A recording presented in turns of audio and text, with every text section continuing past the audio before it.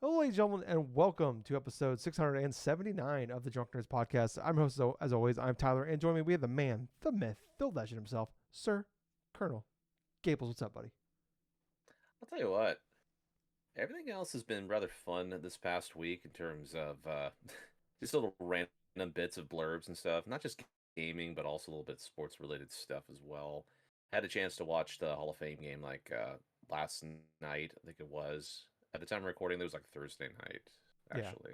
so two Yeah, days Thursday ago. night Yeah, and stuff. I will say just briefly that I did like what I saw from Trey Lance in this performance. I thought it was really fun. the quarterback. just seeing the kid actually get a chance to actually get enough reps without some sort of major stupid thing getting in his way.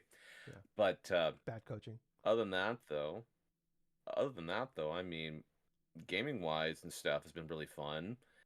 I did have a chance to try out that new demo for Shinobi that just released not too long ago. I also decided to just do a little bit of bits of like Tony Hawk and all this other stuff. So other than that, though, it's been just the same old usual stuff. But how have you been doing, Tyler? Gables, it's that time of year, baby. One second. Hey, One second. Yeah, that's a sound of an Oktoberfest right there, baby. Let's go. I'm so happy. I went to the store the other day, and it's just like, as just a stack of them so beautifully. It's like just lit up like a Christmas tree, just over there. Stack, a bunch of cases of Oktoberfest. It's my favorite beer, Samuel Adams Oktoberfest. Man, right here. Oh my God, it's so good. I love it. mm. So, yeah, I drank one earlier. I couldn't wait. I was like, I'm gonna pop the first one for the podcast, and I was sitting here. I'm like, not gonna happen. I got to have one now. So I had one before the show. But yeah, I'm doing all right, Gibbs. It's been a weird day. It's Saturday. Recording this. Mm. For some reason, I woke up like 5:30 this morning. I don't know why. I did. Tried to go back to sleep. Wasn't happening. I'm like, fuck it. You know what? I'm gonna go to Starbucks. So I went to Starbucks about 6:15 in the morning. Well, first I went to go walk my give my dog a WLK. First thing in the morning, get him out there, go poop and all that fun stuff. And I have an older neighbor. Yeah, like he's like the building over. Uh, and I'm walking I'm walking my dog out there, and I look over, and I see him in his car, and he's got his head down, and I'm like, oh God, no. I'm like, oh Of no. course, you have the worst case scenario Yeah, that pops in right. your head. I'm like, cause it's like he like, but it's just like it looks like it's not like a natural like, yeah, like he's sleeping. It's just like head down. I'm like, oh God, not again. This can like, I can't. This can't happen twice to me. Long story short, long like few years, like 4 years ago, I was delivering a package to somebody, and I found the guy. He had a heart attack in his driveway and was dead, and I found him. So I'm like, but like this is kind of like once is like okay. Second time, I'm like, I'm gonna have to go in for questioning. And I'm like, fuck me. So I'm like, God damn it. Like, on it, like maybe that's really shitty of me to think that. Like, not the fact this guy might be dead, but I'm like, I'm like, I might be in trouble. Like, that was the first Oh, thought in my head.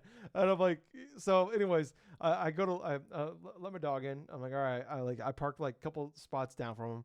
So I pull out and I just do a quick little with the horn on the way out. Just like, and I'm like, if I come back in a few minutes and he's moved or he's gone, I'm like, all right, cool. If he's not, I'm like, I'm gonna have to knock in the glass. I'm like, because I live like my Starbucks is like 2 minutes away. Because I'm like, if I knock on the window, wake him up. I don't like it's gonna be so awkward. Like this is where I'm at, Gables. Maybe I'm fucked up. Maybe I'm bad for this. Instead of just like knocking to make sure the guy's like still alive or maybe he's dying. I don't know. I'm like, I'm yeah. going to Starbucks first and then come back to find out if he's okay or not. Oh my This God, is my Tyler. mindset. Mind you, I haven't had any caffeine. I'm sleep deprived. I don't know. I'm no excuse here. Anyways, I come back and I'm like, I look in there. He's still in there sleeping. I'm like, oh no. I'm like, I'm going to go knock on the window now. I'm like, fuck. Like he might be dead. And then I go over there and I look, and his arms are crossed now. I'm like, oh thank God. I'm like, thank God. I'm like, all right, cool. Like this is like my weekend's not ruined. But it was very stressful 20 minutes. Oh, no Uh, doubt. I mean, come on. Being in that situation, I would understand why you're that stressed. Yeah, I just want to go sit in the couch, play some college football, and drink my Starbies. That's all I want to do. I don't want to deal with a dead guy. Then I'm like, fuck. I'm like, they're gonna take me for questioning. I'm like, the whole time I couldn't even enjoy like going to the experience of going to Starbucks, which I love, because I was sitting like spiraling of like, oh my God, this like all the things that are gonna happen to me. I'm like thinking of like every worst case. I'm like, I'm gonna go to prison. How am I gonna explain it? Like they're like I've never touched that car. Do I have DNA evidence on it somehow? Maybe, I don't know. Anyways, that's where my mind was going. I'm like, I've never touched it. Yeah, I've never touched that man. Anyways, but it's been a weird day. So top of that, I did get my I got a new TV for the bedroom today. That was pretty exciting. 55-inch LG. I got it on sale, so it's not super fancy, but 4K, not OLED. I'm not that rich. But it's just a bedroom TV. Just I just need a TV in the bedroom that keeps the ghost away when I sleep. So that's mainly what it's for. Don't Gables, don't look at me. You don't have a Ghost TV on? away. Yeah, because if it's pitch black, the ghost will get you. I've never heard that before. Okay, like you can't have your when you sleep, your feet are covered up because if your feet are out, so the thing under your bed will come and pull you away, right? Yeah. Same thing, but the bright light keeps the ghost away. Ah. Okay. I feel like I feel like he's mocking me here. Anyways, so I got a TV in there now, so I'm safe from the ghost for now. And then I got a new monitor here, so it's been a very expensive day as well. I've always had this 31.5-inch monitor over here. I've had this 24-inch just monitor. This one's curved, super nice. I've had this 24-inch one I bought 7 years ago that I've been using, and it's been bugging the shit out of me because this one's so nice and pretty, and the image is so good. So I ended up just buying another one over here today. And then Gables, I'm like, you know what? It's been a long day. I've had a lot. I've had a bunch of stuff. I went to the pet store. Got my dog's turning 10 years old next week, so I went and bought up stuff from the pet store. Yeah, so big 10-0. So he's 1/3 of the way through his life. Don't fucking react to that, Gables. I know. I'm not going to. Okay, I'll fucking stab you. I will send. I know your address. I will send you shit. Literal shit. Anyways, yes, he does, sir. I do know that. He knows where I live. Yes. I've honestly, with that Trey Lance jersey I sent you, you could argue I've already sent you shit. But anyways, I'm rambling here. I'm sorry. But anyways, I'm like, I'm gonna, I'm like, I really want some breakfast for dinner. I just want I just want some pancakes with some eggs and some hash browns. I'm like, breakfast dinner sounds fantastic. I'm like, I'm gonna Grubhub it. I'm like, I'll spend a little extra money just instead, so I don't have to go anywhere. There's an IHOP about 10 minutes away. I'm gonna Grubhub it. Place the order. $3.43 Gables. Supposed to be delivered. Said between 4:08. I'm old. I eat dinner early. Fuck off. Anyways, 4:08. It says to be here between 4:08 and 4:13. Perfect. 25-30 minutes. Good. Yeah. Get the alert. Guy picks up 4 o'clock on the dot. Perfect. He's gonna be here just in time. Awesome. When someone picks something up from Grubhub or DoorDash or Uber Eats, whatever, you can see where they're going with on the Google Maps and stuff. And this guy, I'm like, all right, so he stops at I know exactly where it is at this apartment. It's about 5 minutes away. I'm like, okay, he probably had another delivery on the way here. Totally, whatever, don't care, that's fine. About 20 minutes go by, Gables. Yeah. It's now 4:19. He's still not here. Like, 20 minutes. It's been 20 minutes. I look. He's still there. I'm like, what the fuck is going on? I'm like, what is he doing? And then he's still in that same spot. About another 10 minutes go by. Still fucking there. I'm just sitting there staring at my phone for almost an hour. He was sitting at this one location. He didn't move. Didn't move anywhere. And it's not like the thing was fucked up, because all of a sudden after about 4:50 something, he finally starts moving. I'm like, what the fuck is going on? I'm like, now I'm just pissed because I'm starving. I really haven't ate all day today. I'm like, I just want these goddamn fluffy ass pancakes. That's all I want. All right, Gables? That's all I fucking want. Anyways. Yes. Finally, 5:08. 5:08. So exactly 1 hour after it says it's supposed to be delivered, I get the notification it's delivered. I'm like, I don't even want this fucking food anymore. It's been sitting in this car for over an hour. I'm like, it's not gonna be good. Okay.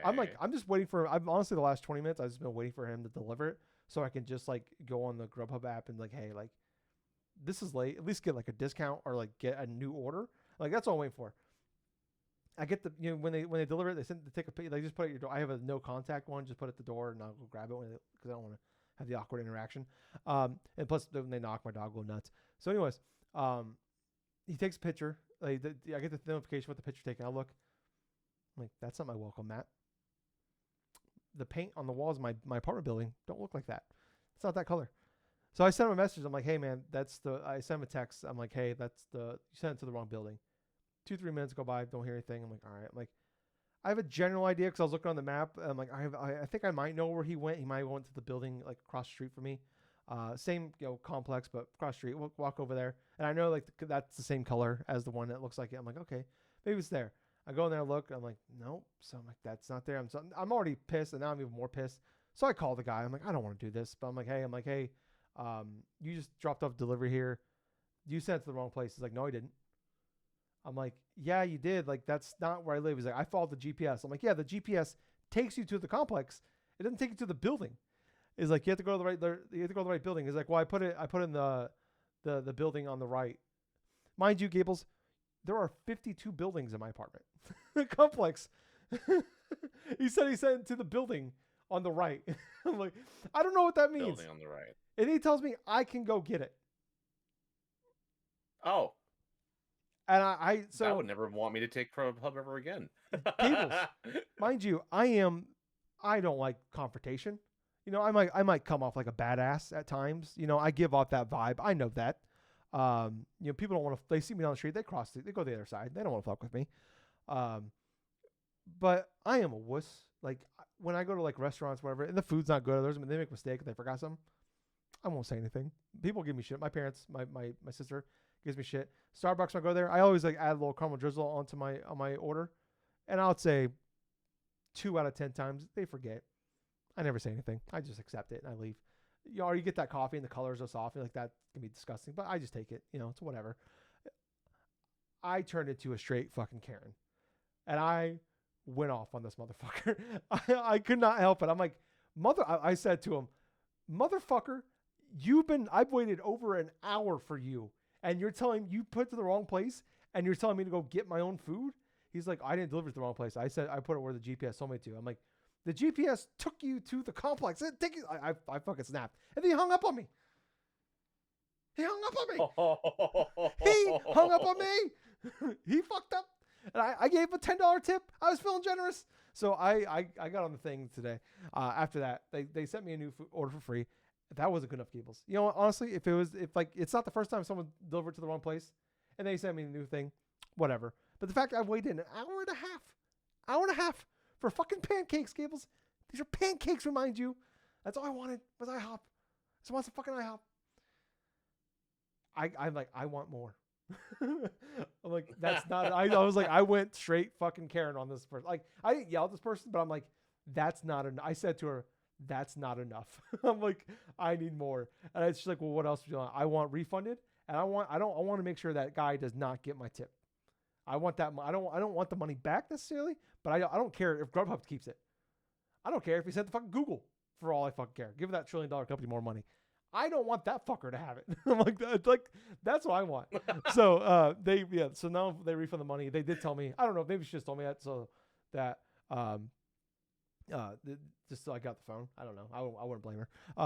Like I said, I didn't yell at her, but I was stern. I stuck to my guns, Gables. I turned into Karen for a solid 20 minutes. I had to call before I called them, I had to call my mom and dad, tell them what happened. Because I'm like, if I talk to somebody, I'm going to yell at them. And I don't want to do that. Because like, I've worked customer service. It's not fun to get yelled at, especially when you didn't do anything wrong. So anyways, it's been a weird day. Anyways, I finally got the food though. The next guy delivered it properly on time. Took it to the right place. You know, he followed GPS too, but he somehow found my fucking apartment. And it was delicious, Gables. It was delicious. I really enjoyed it. Those pancakes were fluffy and delicious. So I was a very satisfied customer once it was all said and done. Well, I will say I am happy that you took the initiative and you went with the opportunity to correctly chastise someone for getting something wrong and stuff, and you calling them out on it. You need to know when to call out somebody. Yeah, I mean, it was just a combination of like you were like, dude, it took you like it was, if it was just like you like the experience with him alone was terrible, but the fact that it was like over an hour of waiting for the food on top of that was just like, I'm like, dude, you've already lost before you like, I was already pissed off at you before you delivered it. And then you delivered to the wrong place, and then you told me to go get my own food, and then hung up at me. It's just like dude, avalanche of like all the like things you don't do for customer service. Yeah. So interesting Saturday, but overall, you know, other than that, it was a decent day. But anyways, 15 minutes of this podcast. This is a video game podcast, I swear, where Gables and I get together every week and talk about video games, and sometimes I vent about things, and everything in between. I'm Tyler. That's the other host over there, Gables. Like I said, we've been doing this for over 12 years now. We just do it because we love it. We have full-time jobs, but we love video games, so that's why we get together every Saturday night. Yep. We do this. Goes up Sunday morning. You guys want to support us?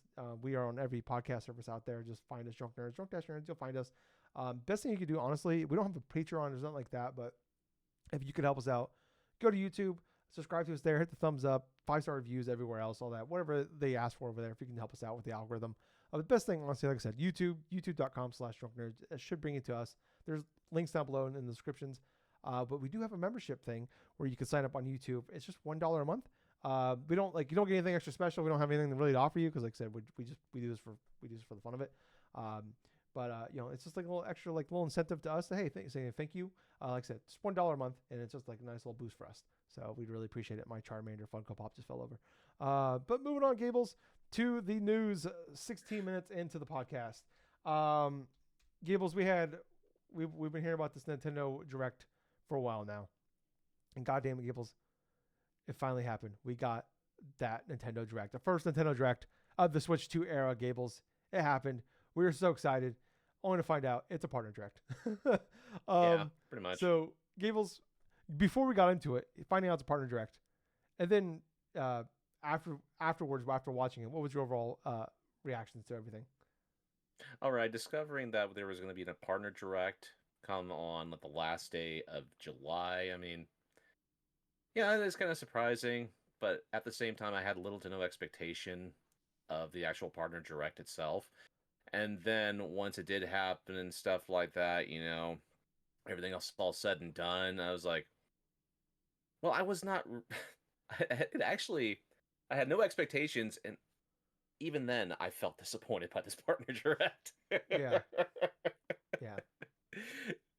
Oh my gosh. But it wasn't because of certain games being announced for the initial Switch 2 or anything else about that. It was the fact that a lot of these third-party games were, after the fact, after this Nintendo Direct, were game key card stuff. And on top of that, the realization that a lot of the games that were showcased, I already own on the PS5, or even maybe have had some of them on Steam or anything of that sort, which I understand. There are people that can only afford one game console, and that may be a Switch 2. And for those people, hey, I'm absolutely happy for you.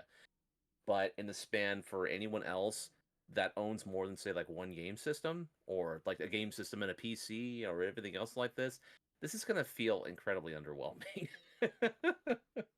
Yeah. But I don't know, Tyler. How did you feel really about this Direct?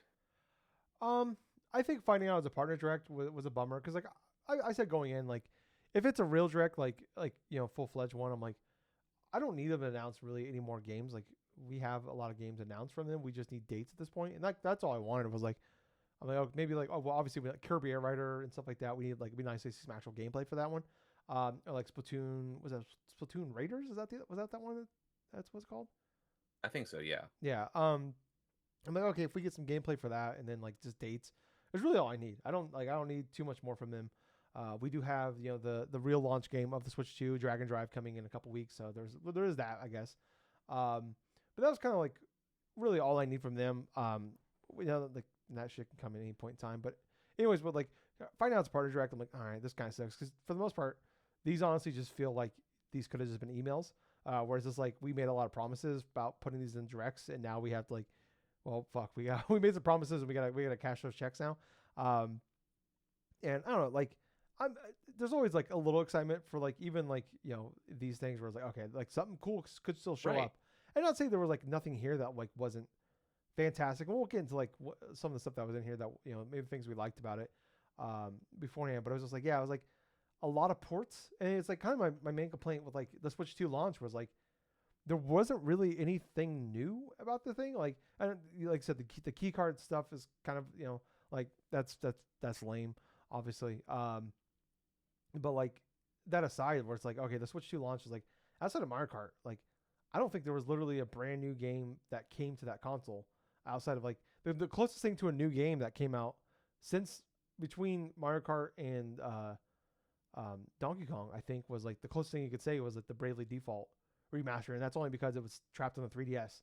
It's like everything else is like games that are already on their consoles, and you look at like you mentioned, yeah, like I understand like a lot of people like they like maybe they just buy Nintendo consoles and that's all they play. But it's like also a lot of those games were all, like you could still play on Switch One, or like they are on they were on PS4 and the Xbox One, or yeah, you have And Steam. to re on the sorry to interrupt though, but No, just you're to fine. bump in, just to piggyback like on that initial thought, it's like not only were these these games, these third party games like announced, like say Persona 3 Reload and stuff, and like Dragon Ball Z Sparking Zero, but they are cheaper initially than what you're going to be getting like so for like the Switch 2 in that case in Yeah, point. I mean, you can look on Amazon, you can look on the eBay for this stuff, or even some retailers that still carry them still. I mean, I have a retailer here that's selling Persona 3 Reload for the PS5 for about $20.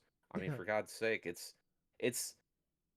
the initial thing is like with a lot of these third party games from Nintendo systems, you especially over the last 8 years, there's something that people call the Switch tax, and yeah, that is these games come onto the system, they are more expensive than that, and a lot of the times, some Nintendo fans have thought, "Oh, okay, well, this is the price I'm going to be paying and stuff to pay for a game that I'm going to play on the TV and also in a handheld and this and that." Well, this come around and stuff, and where everyone else is starting to put out their own gaming handhelds with Xbox doing their thing and like rumor stuff for PlayStation doing similar with the next iteration of their system, Steam that's Deck. starting to look less and less plausible in my honest opinion, because not only does it not look plausible, but it just makes you look more greedy in a lot of this aspect. But Yeah, yeah. I mean, to yeah, be fair with that one, like it's usually the publishers that are setting that price point, and like when stuff right, first comes to like I think like Final Fantasy 16 when it came to Xbox last month or June maybe. I guess we're in August now. Um, I think it was like $50 where you can get like the yeah, PS5 version for like $20 now. Like you can find a yeah, sale for it regularly, so it's not uncommon for like when it goes to a new platform, they charge it at like maybe not the full price it was originally at, but they charge it at a more premium price. But yeah, like yeah, you're right. Like this being on here, but it's like it is like when you see some of these, you see like a lot of these games where it's just like these are like way like I'm not trying to like obviously like we'll play any games like we're not like graphic snobs here, but it's like right.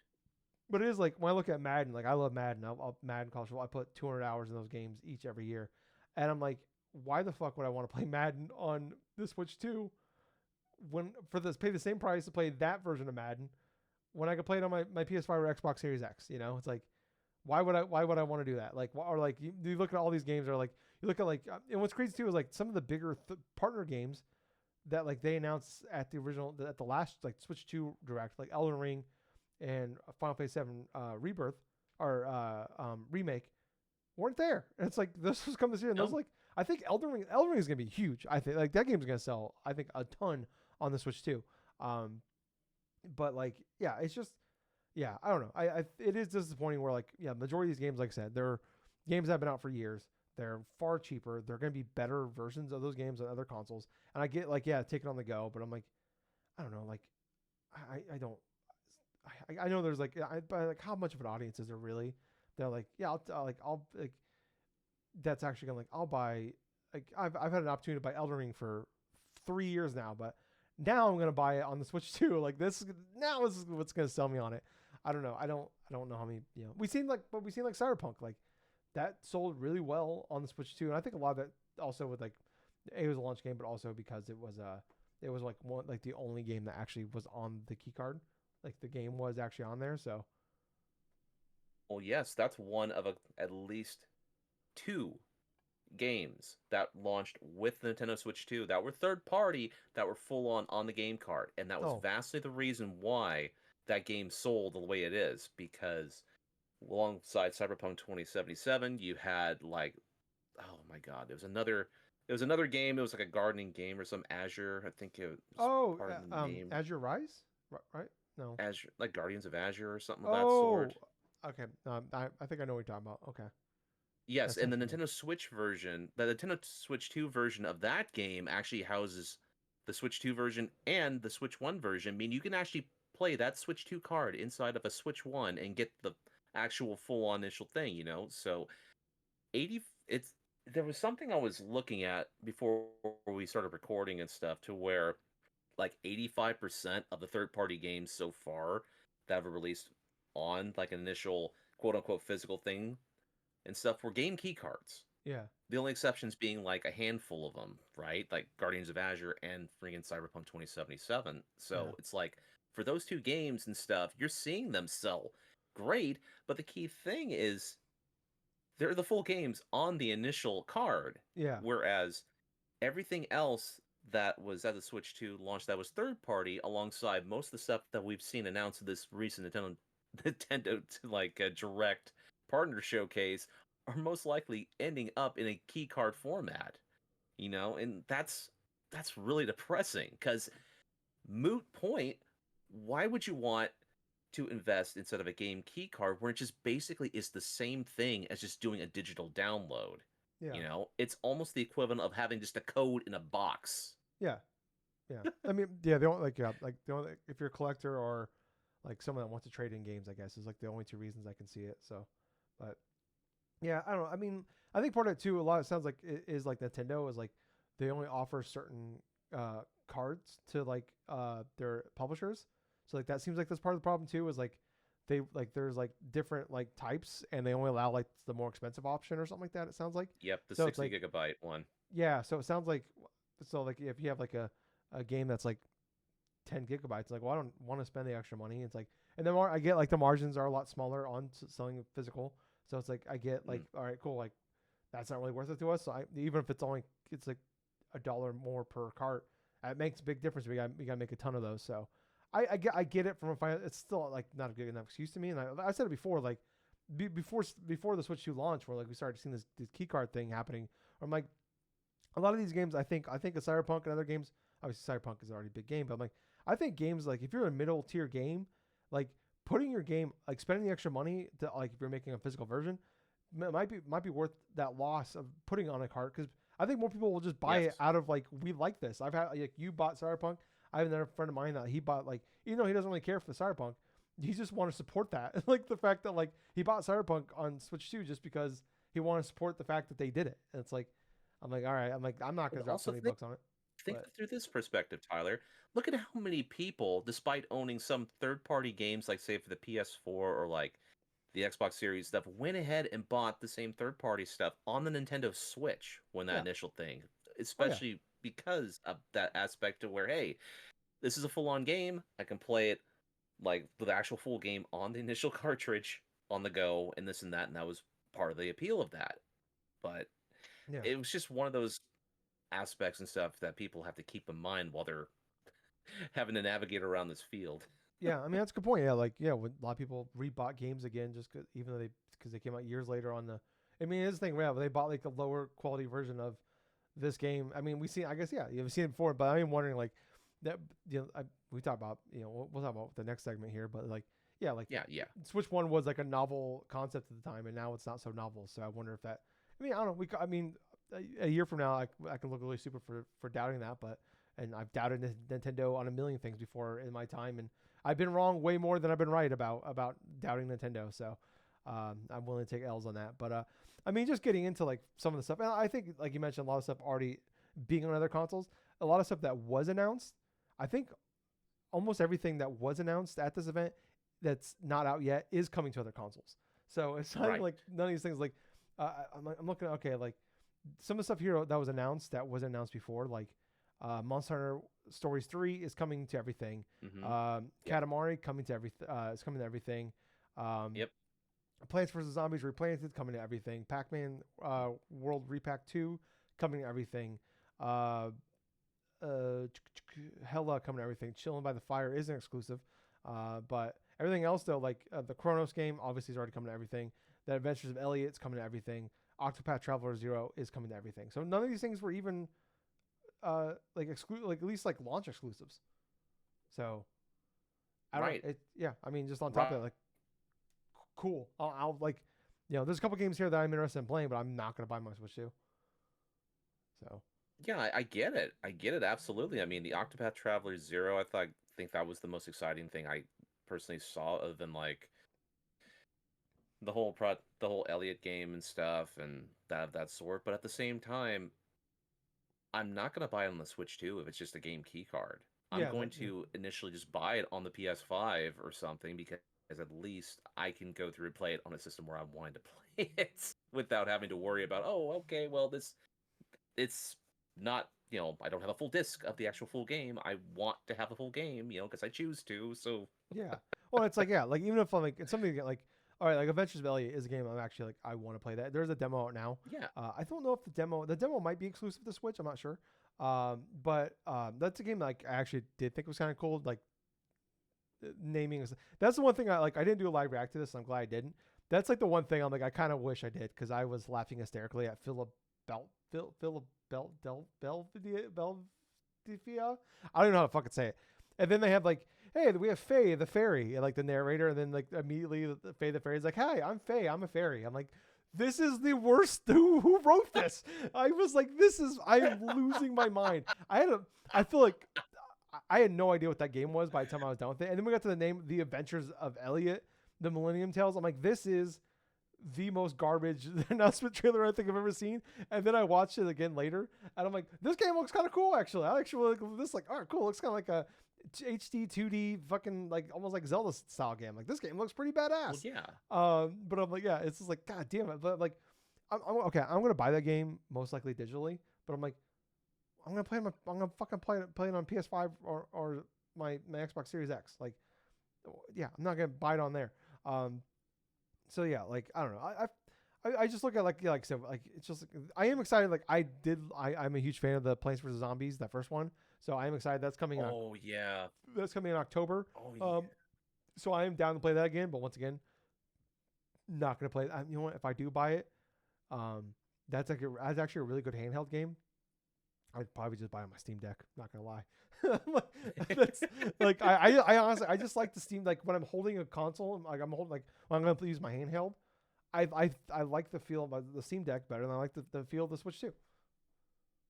So I'm probably just gonna Well, play it on yeah, there. and plus Plants vs Zombies has traditionally felt better playing on a handheld, Mm, whether it be the phone or the Vita or like freaking stuff like that. I loved playing Plants vs Zombies. yeah. So I'm told. I mean, that was like the most exciting thing for me out of that. Probably I don't know, like anything else like in the actual conference that you're excited for. Well, I'm excited for the whole Monster Hunter Story 3, even though like I'd never played like a single game from the initial series, and it's because it's more of like a spin-off stuff from Monster Hunter. I also was kind of interested in seeing the Katamari game, because that one it's cool because it's like they hadn't had like a traditional comic like Katamari game for quite a long while. But yeah, other than that though, yeah, it's just there was just some things that I thought were fairly fun, fairly exciting and stuff. Like I'm glad, like say for people just own the Switch 2, nothing else. And so I'm glad you're getting a chance to play Persona 3 Reload. I'm glad you're getting a chance to play Dragon Ball Sparking Zero. Hell, I'm actually glad you guys are gonna go through and have a chance to play Madden or some of that sort if you choose to play that Madden. Yeah. But other than that, though, I mean, the exciting things were towards the end of that direct. Like I said before, I think the most exciting game I saw in that initial partner direct was Octopath Traveler Zero, and that's because of the quality that that series of games has produced over the span of the past 7 years. Yeah. And I guess what sucks though is it's a like I can't remember the exact wording is, but it's almost like they expanded on the mobile version of this game. Is what that game is. Hmm. So like, and that's like it's based off like the Gotcha mobile game they made. So I'm curious how that's gonna work out, but I don't Now, know. you see, I wasn't aware of that. Now I'm kind of curious how that's going to happen. Yeah, and that's coming in December, I believe. So, and like the Hmm. Adventures of Elliot game is coming out, I believe they said next year. So hopefully that's like Yeah. early next year, because like I mean there's a demo out now. Yeah, December 4th for Octopath Traveler Zero. So yeah, I mean it's just like whatever. I don't know. There wasn't like too much exciting stuff. Sorry, I had to walk away for a second. Heard my dog whining. He was having a nightmare, so I had to wake him up. So he's a big baby. But anyways, moving on, stick with Nintendo. This is basically gonna be a Nintendo heavy podcast. So kind of shockingly here, maybe not so shockingly, Nintendo did announce they are raising the prices of the base model of the Switch, or of not the base model, the Switch One. What's weird though is they did a whole announcement for this. They said they're announcing there's some accessories and amiibo are going up, but they haven't actually said the price increases and what exactly is going up. The only thing we've seen is like Target already like raise the prices like pretty much immediately. And on the website, the Switch, so the base Switch was $300 here in the United States. Now it's $340. So that's a $40 increase. Switch OLED went from $350 to $400, so that's $50. And then the Switch Lite went from $230 to went from $200 to $230, so $30. It does look like the Pro controller went up $5. It looks like the camera might have went up $5 as well, and a couple other things went up. Like I believe the Joy-Cons went up $10. The fucking Alarmo went up $10, and then we don't know what amiibos have gone up and what the price increase will be, but it looks like some amiibos will be going up. So, I mean, I sent that to you. What's kind of your thoughts and reactions to this happening now? Obviously, price increases suck, Tyler. The main thing I can't get off of, Nintendo Switch launched in 2017. Why the fuck are we doing console price increases on a system that's 8 years old? And granted, I understand political stuff, tariff stuff, but this reeks of arrogant Nintendo. This reeks of something that they want to force people to buy their new system and stuff, and they're actually increasing the base system in terms of pricing, in terms of controllers, in terms of Joy-Cons and stuff. You know what's kind of interesting about it is, had this been like, say, 20 years ago, this would be the opposite. This would be Nintendo clearing out their systems. Like I said, the GameCube. The GameCube was $100 when it was about to be phased out before the Wii came along. And what ends up happening nowadays is like the Switch is their most successful console. They release the sequel to it, and they're actively finding ways for people to not invest long term any longer with the Switch in order to gauge into their Switch 2. That's what I'm feeling, just reacting to this initial price stuff. And I kind of thought it was kind of funny. I had a little query about, yeah, we may actually still increase the thing of the Switch 2 and like the initial other accessories, possibly, not ruling out the stuff. But at the same point, I can understand tariff stuff, but for a console that's like 8 years old at this point, it doesn't make any sense. This just is absolutely freaking stupid. And this absolutely reeks of arrogant Nintendo. Yeah, I mean, like, I get like the tariffs hitting, so like, yeah, a lot of things will be going up in price. I get that. But it's like, I can see it with like a lot of newer things. But yeah, like this thing was the same price when it launched 8 years ago, over 8 years ago now. Yes. Yeah. And I was bitching 4 years ago when they did the backdoor increase with the OLED, when they increased the price $50 then. I'm losing my mind. I feel like I was the only person. I was like, I'm on an island by myself on this like fifth little piece of ice. I'm like, this is bullshit. Like, why are they doing this? It's like, I think of like when the PS4 Pro came out or when the Xbox One X came out, like they dropped the base price and then the new one came out at the old Pro. Like PS4 Pro came out and it was like the base PS4 was $400. The Pro came out, it was $400. They dropped the price of the other one. And same thing with the Xbox One X. It's like, that's what I was expecting. And it's like, man, like this is insane. We're like 4 or 5 years into this fucking thing and we're like increasing the prices. And it's like, but yeah, but I mean, yeah, it's just, it blows my mind. I mean, we talked about this a while ago with like the $80 Mario Kart game. Like, and it's crazy to think like, okay, yeah, they're going to go away. They're like, but it was like, we all said like, we're all going to bitch about, but we all bought it. And like, that's in the next segment here. We're going to talk about the fact that, yeah, we all bought it. I don't, it's wild because it's like, okay, like we can bitch and moan about it, but like, okay, we're all going to buy it anyways. But it's like on certain things, but it's like, I mean, we're talking about like a fucking 8-year-old console. Like, all right, you're selling at the same price you sold for 8 years ago. The Switch 2's been out for like 5-6 years now. I'm like, these things, all right, I get like, okay, tariffs, all that. I'm not like, yeah, okay. But like, these things have to be a lot cheaper than what they used to cost you to make them that long ago.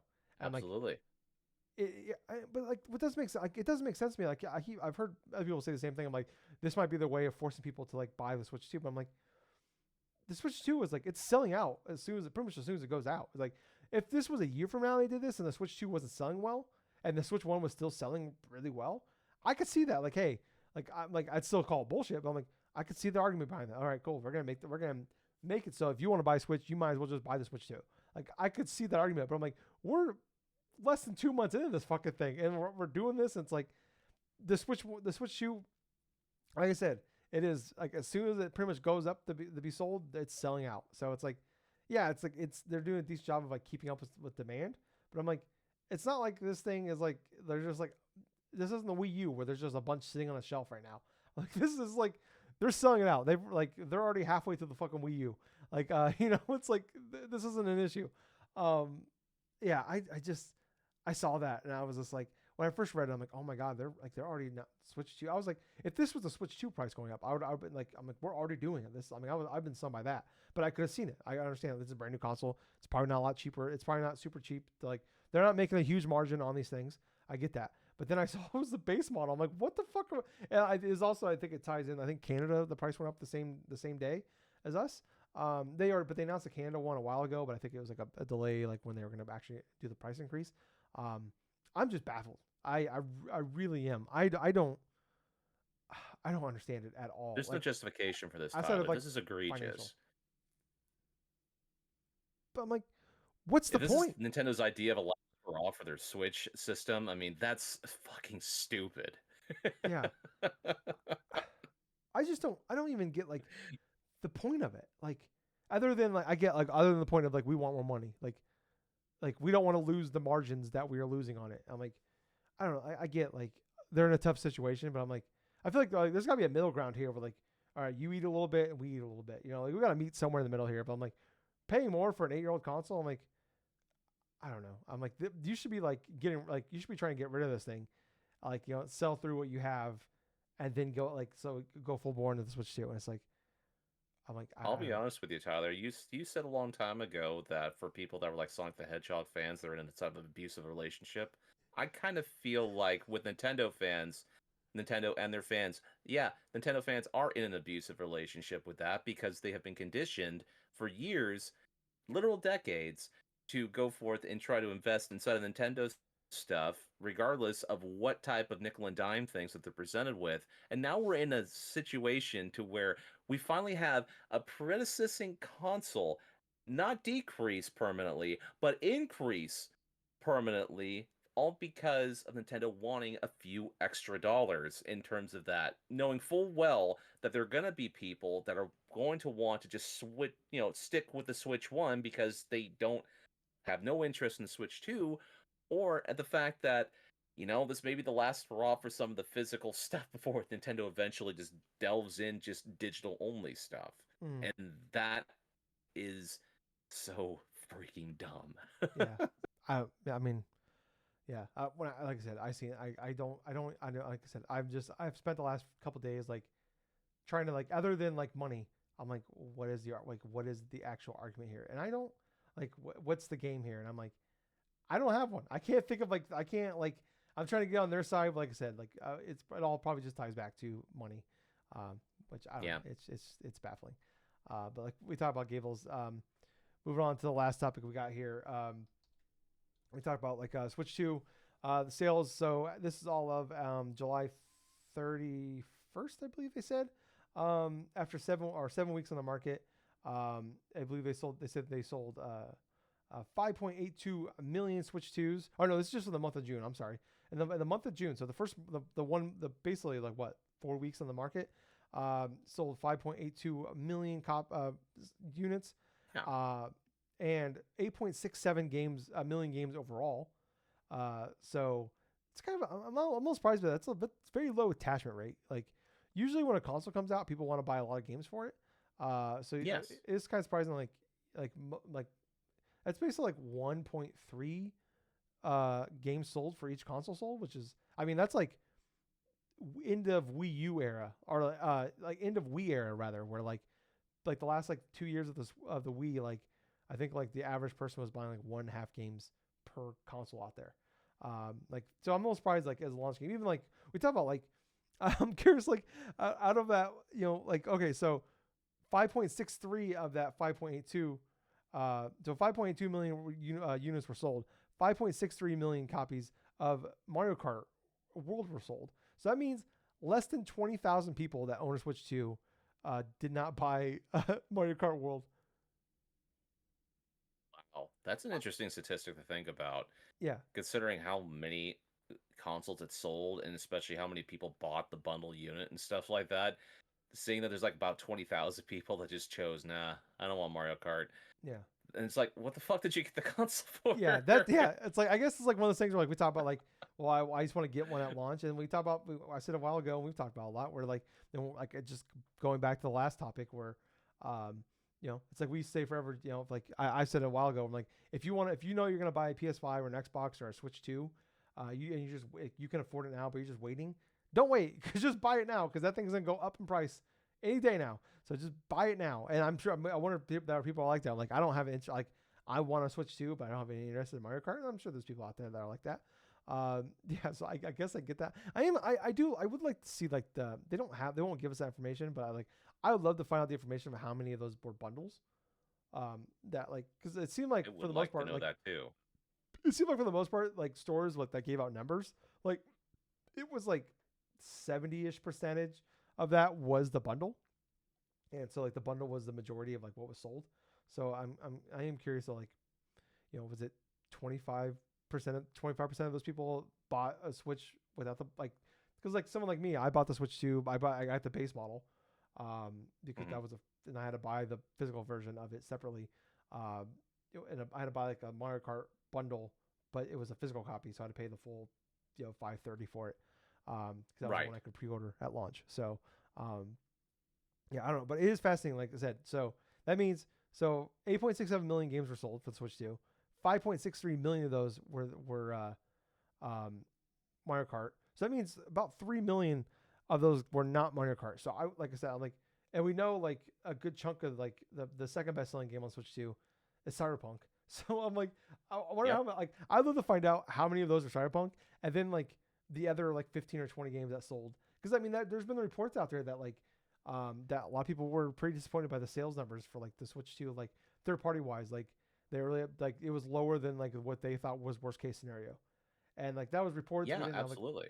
so I'm like, I'm honestly, when I looked at that, that was the first thing I thought about, was like, I'm like, I would like to know, like, all right, we know Cyberpunk, it was sold really well. It sold so well enough that it was back in the one of the best selling games of, in the month of June. So, I'd love to know. I don't know if, maybe I wonder if, maybe it was, we'll get some report from Project Red about how many it sold on Switch 2 or something like that. And then we can kind of That's the figure it most out from there. frustrating thing is, like, when you're trying to think about numbers or something like that for sales wise. I mean, when it comes like the UK, the US and stuff like that with the Stricana and stuff, you're not really gonna get a lot of those individual numbers like you would say in Japan, because a lot of the sales numbers in Japan and stuff will actually give how many units have sold throughout that initial week or that initial month for Yeah. specific games or specific consoles and Yeah. stuff. Well, But Europe's really good about it, but on a physical sales point. So it's Circana right, is like, Matt Piscatella talks about it. That, like, they're legally not allowed to give out the information. Like, basically they're kind of these companies are giving them the figures basically out of, like, the goodness of their heart kind of situation. So it's like, if they fuck them over, then they're in big trouble. So, yeah, but I mean, that's only U.S. based. So, I don't know. I mean, like, I would just love, like I said, hopefully CG Project Red will say something, and then we can kind of go work backwards from there. Because, like, and I'm a big enough yeah, I nerd. kind of I kind of hope so, because if I'm just suspecting that the actual third-party games that sold the best is probably, other than Cyberpunk 2077, probably Guardians of Azure or some of that Yeah. sort, or Well, in that God, just welcome if tour thing, like, they didn't even give out sales oh, the figures. Welcome Tour, Yeah, yeah, and that first Nintendo, party yeah, and tutorial Nintendo only game. gives out sales information for a game if it's sold more than 1 million units in a quarter. So that means it sold less than 1 million, million copies at launch, or in the first month at least. So You know that's what's probably funny gonna be the with the third best selling attachment game. rate? You said was like you know, with the attachment rate, it's like you sold like 1.3 or something. What if the 1.3 is like Mario Kart and the point 3 is like the the world Yeah, the tour it's one? yeah, like yeah, World Tour, fucking, and Mario Kart and like Cyberpunk made up like 8.6 of the 8.67 million copies or something like that. It's like, Jesus, I can't. I God, man, I hope I can't. I'm gonna do some internet sleuthing, I think, this weekend, because it's I got a little itch in the back. I'm in the back of my neck where I'm like, I gotta figure this. I want to get to the bottom of this shit. Like, I want to know. Um, and last but not least here, during that quarter, it's kind of surprised me here. The Switch One, Gables, how many units do you think they sold? From between April and June. Between April and June? Yeah, how Oh many my think you would have sold? God. I'll take a ballpark guess and probably say maybe 500,000. Oh, okay. You actually you're not too far off. Oh, really? 0.98 Okay. million. So by far its worst quarter ever. 0.98. Yeah, I mean, I Wow. don't think of it like it's. I mean, that's something like they were selling like 3, 4, 5 million copies, like a million switches, like even in like lower end quarters. So they are now at Oh, wow. 153.1 million units sold. They're a little under a million under the DS to be their best selling Mm-hmm. console ever, or best selling system ever rather, and they're still about 7 million shy of the PS2. So I don't know That if they're doesn't make any other sense. They would increase the price of the main system if that's that. Yeah, like they've sold over a million. Yeah, if it was still selling like 3 million, I'm like, okay, I could definitely get it. But the fact that like this thing is like dropped off like a fucking like a fucking concrete block off the top of a Empire State Building, the sales for this thing. So I don't know, pretty weird. Um, but all right, Gables, let's jump into what we've been playing. Do you want to go first, buddy? Or you want me to go first? I'll go first. Okay. To start things off, just for a little bit of light stuff, just out of like curiosity or something like that, I went and I downloaded back like Rocket League on my PS5 just briefly because I wanted just to play a few games, just to get myself back into like a little bit of the groove or something like that because I had just a little random itch.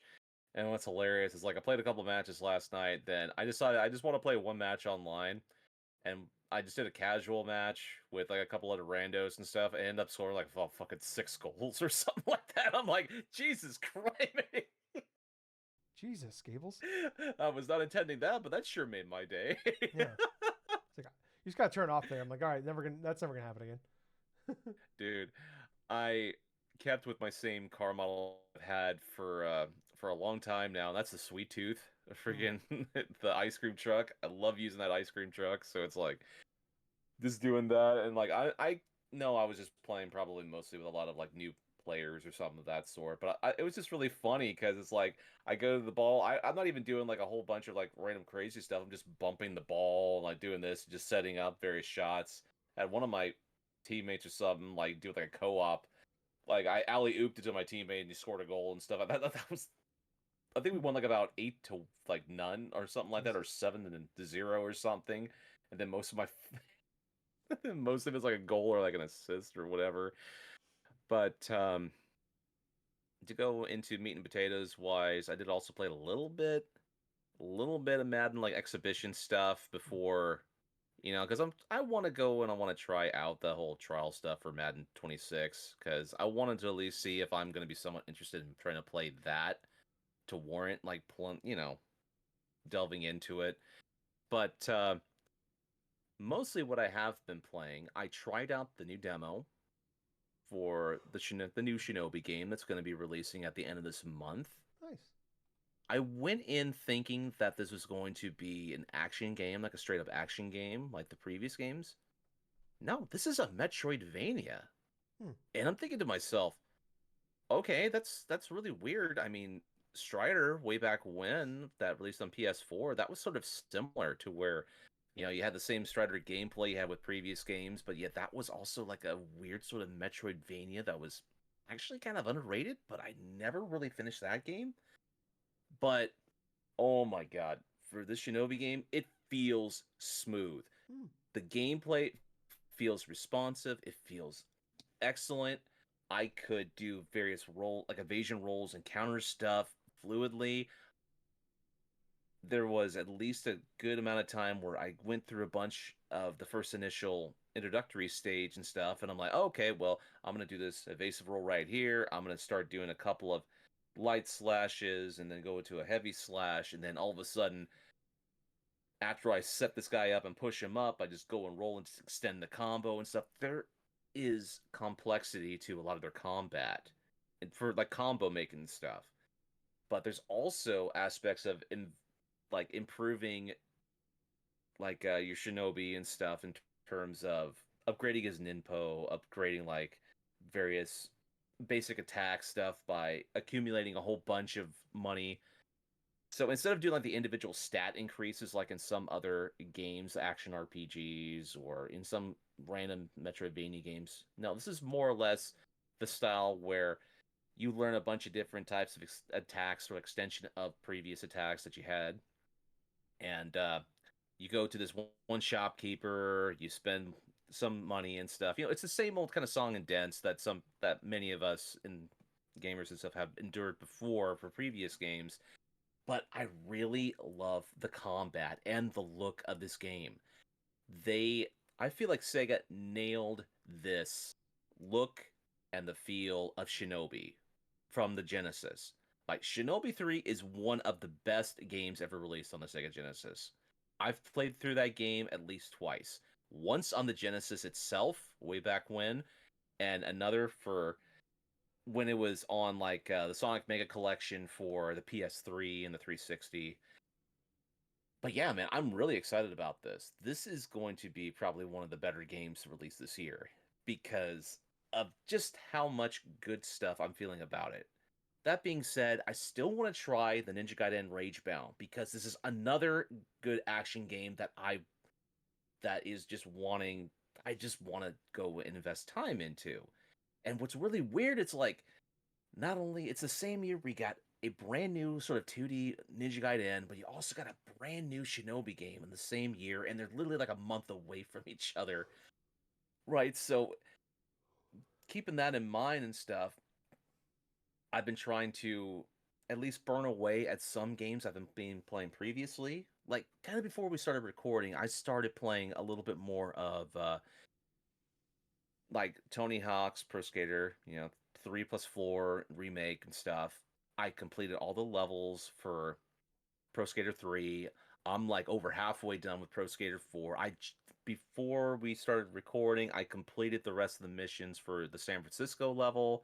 All I basically had to do was collect 5 packages, collect the skate letters, do like a backside boneless off of one of the pier signs, which it took me a minute. Okay, a BS boneless. What do I do? Oh, it's a lip trick. So I just had to go up the ramp and stuff and just press down and then triangle on my Y on my controller in order to just do a backside boneless and stuff and then just land that.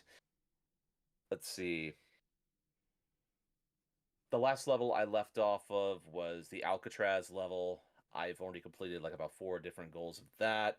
But there's like about 3 more levels after the Alcatraz one, which it all culminates with the last initial metal stuff, I think, with the zoo before unlocking another hidden level or whatsoever, I think. Yeah. But my overall thoughts about this Tony Hawk's Pro Skater 3+4 remake is it's good, but yet listening back to a lot of the tracks of what was what's on there and then the stuff that was taken out and stuff, it's at least with that aspect, it has me sort of disappointed with that. But I am liking going back to these classic games, just playing them in a new kind of like fresh coat of paint, remixed with different things. I mean, it's a bummer that a lot of the mini games from like Tony Hawk's Pro Skater 4 was taken out, like say the home run mini game in Alcatraz, or like doing the initial setup of trick stuff in the San Francisco like stuff, or even like in the college and stuff when you had to play tennis or something with your skateboard in order to try to do that crap.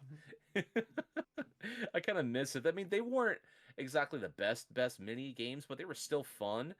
And then there were certain missions that were taken out too, like the whole thing where you had to literally take out like 5 pink elephants and stuff because all of the magic bum like was hallucinating from one of his binges or something of that sort. And it's just that type of campiness I sort of miss from Tony Hawk's Pro Skater 3 and like the mini games from 4.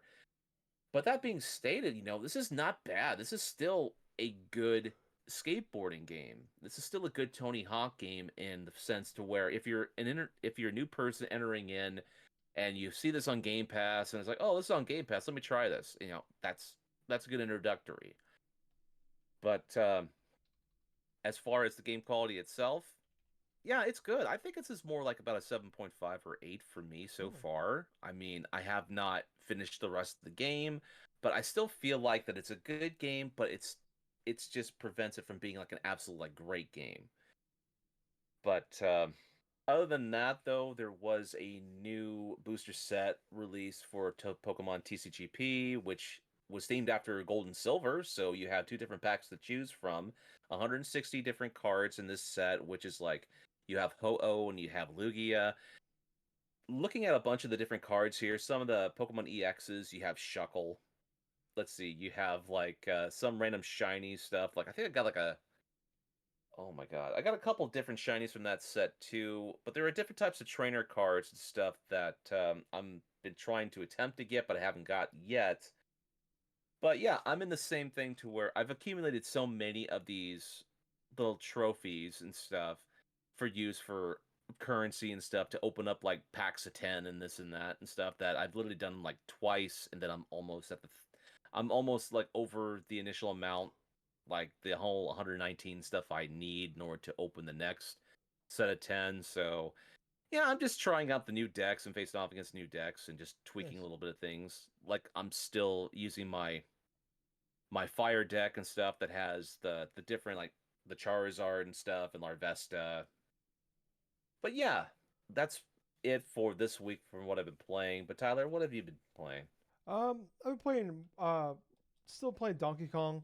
I did actually finish it up this week. I beat it. Oh, good. Yeah. I, I feel like a lot of what I said last week kind of holds the same. Where, I think it's a really good game. I think so many things are really well made. I talk about, like being Donkey Kong feels great. The physics are all like everything. Like the physics feel fantastic. Like the way things just work. Like I said, you grab a concrete block, it breaks the dirt. Like the way, like, or you grab it breaks the dirt way faster. Or you grab like some dirt and you try to hit it against concrete, it's gonna break in one hit. Things like that. Or like when you break things, like the way other things crumble around it. Like they just it's one of those things where like they did such a great job of building an environment, building a physics system, and like making sure Donkey Kong moved really well and feels really good to play as. That I just feel like the game itself is not like it just doesn't. It's not like I don't know, coming from the Odyssey team, like it's not Odyssey anyway. Like obviously, like Odyssey, one of the best games I've ever made. I'm not trying to, like, I don't know, maybe it's not fair to give it that, but I mean that is the expectations at this point. And it feels like they just made a really good like physics system and a really good like everything. I said everything feels great to use, but I'm like when it comes time to like play the game, it's just like, well, I'm not really platforming that much. I'm just like cool. I'm breaking a lot of shit, but I'm like I don't like. I get like, hey, if you're someone that wants to go and just break a bunch of shit, like I hear a lot of people. It's like the people, like it's almost like the people love like the power wash simulator kind of stuff. Where it's like they get like Yeah. a lot of satisfaction out of like playing that game. And it's like I don't, I get the opposite of that playing that game. It's like kind of more the same here with that, where it's like I don't really care, and it's just like I'm like, all right, cool. Like if I see a banana, if I do the pound and I do the sonar thing, and I like, all right, cool, I'll go get the banana or whatever. But like I don't know, like the best parts to me is still like doing like finding like the little challenge rooms and like going in there and doing Yeah.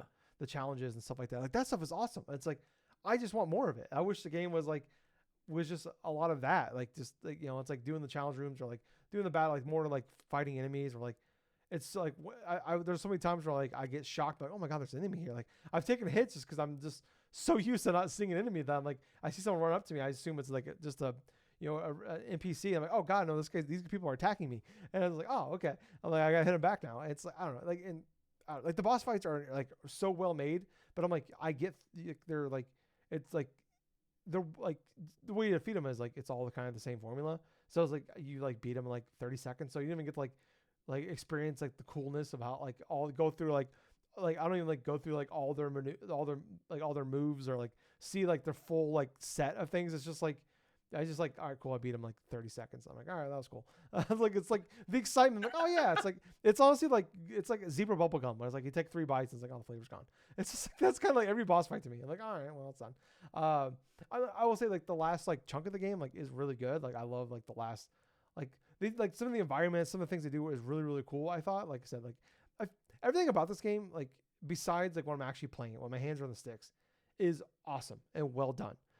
It's just like when I'm like going through, like I'm like, all right, well, like collecting bananas, like all right, like I don't really give a shit about the skill tree. Like once I maxed out, like the like my power and my health, and then like like really just like breaking shit. Like I don't like I was just kind of like picking power ups because I'm like I don't really care. Like I like I kind of just use the same 2 like Bananza skills over and over again because like that's kind of what they want you to use.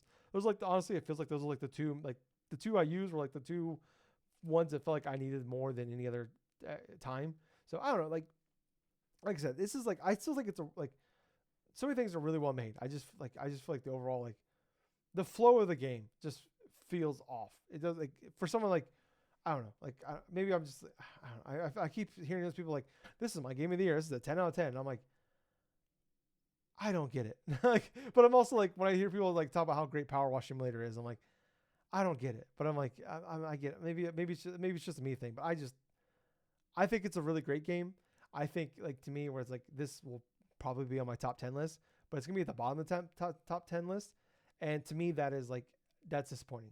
Like this is like a game where I'm like going into, I'm like this to me like this should have been like a slam dunk game of the year contender for me, and like one of the best games of the year. Like I mean like. Mario Odyssey is like to me like that came out in the first 6 months of the Switch 1 coming out, and it's still the best Switch 1 game ever like that ever come out of that console, and that's saying a lot in that platform. And to me is like this could be a really good Nintendo game that came out in 2025, and I honestly don't think I will think of it much after this.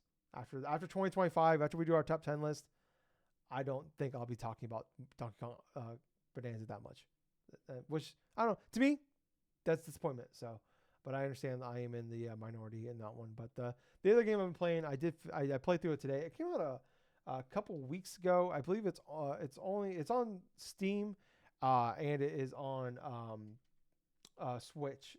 I think it's on sale right now on Steam for $4. Otherwise, it's $5 on Switch. You can play it on Switch 1 or 2. It's a game called And Roger.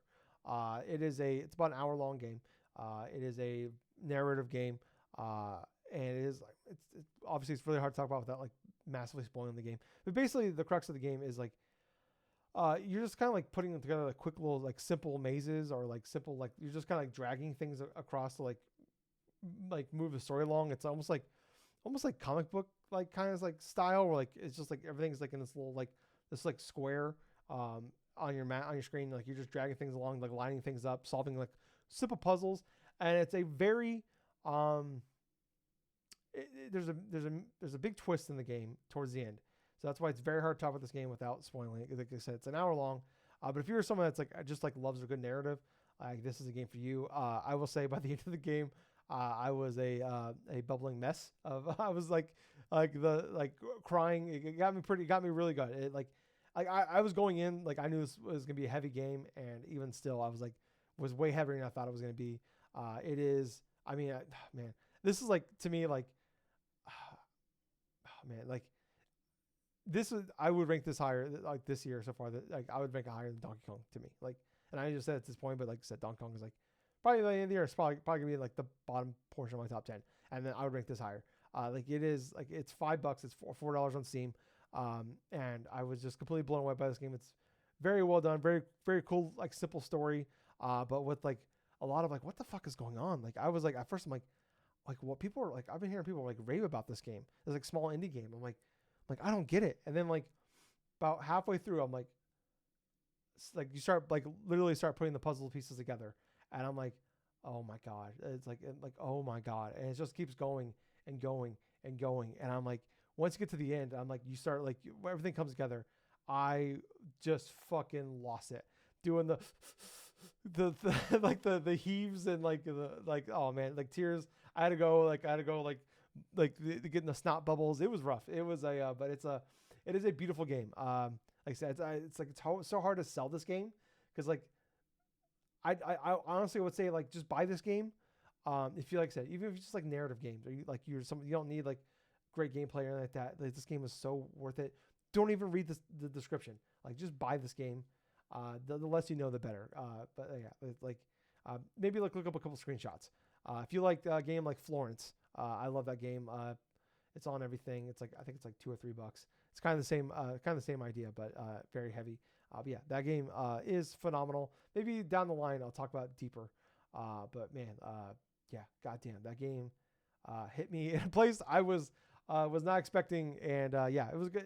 Sometimes it's good to cry, Gables, and I definitely cried playing that game. But yeah, like I said, it's an hour long. It's phenomenal. It's cheap. Yeah, I'm gonna buy the game. I played it on my Switch. I think I'm just gonna spend the $4 on Steam to buy it again, just to support this small indie team. And then I'm gonna give them a positive review on Steam, and then also yell at them for making me cry. So, but yeah, that's all I've been playing this week, guys. If you guys like the show, like what we're doing, please, like I said, top show, like, follow, subscribe, check us out. We're on everything. We do have a membership on the YouTube channel. It's just $1 a month. If you want us to help us out, support us that way, we really appreciate it. But I was Tyler.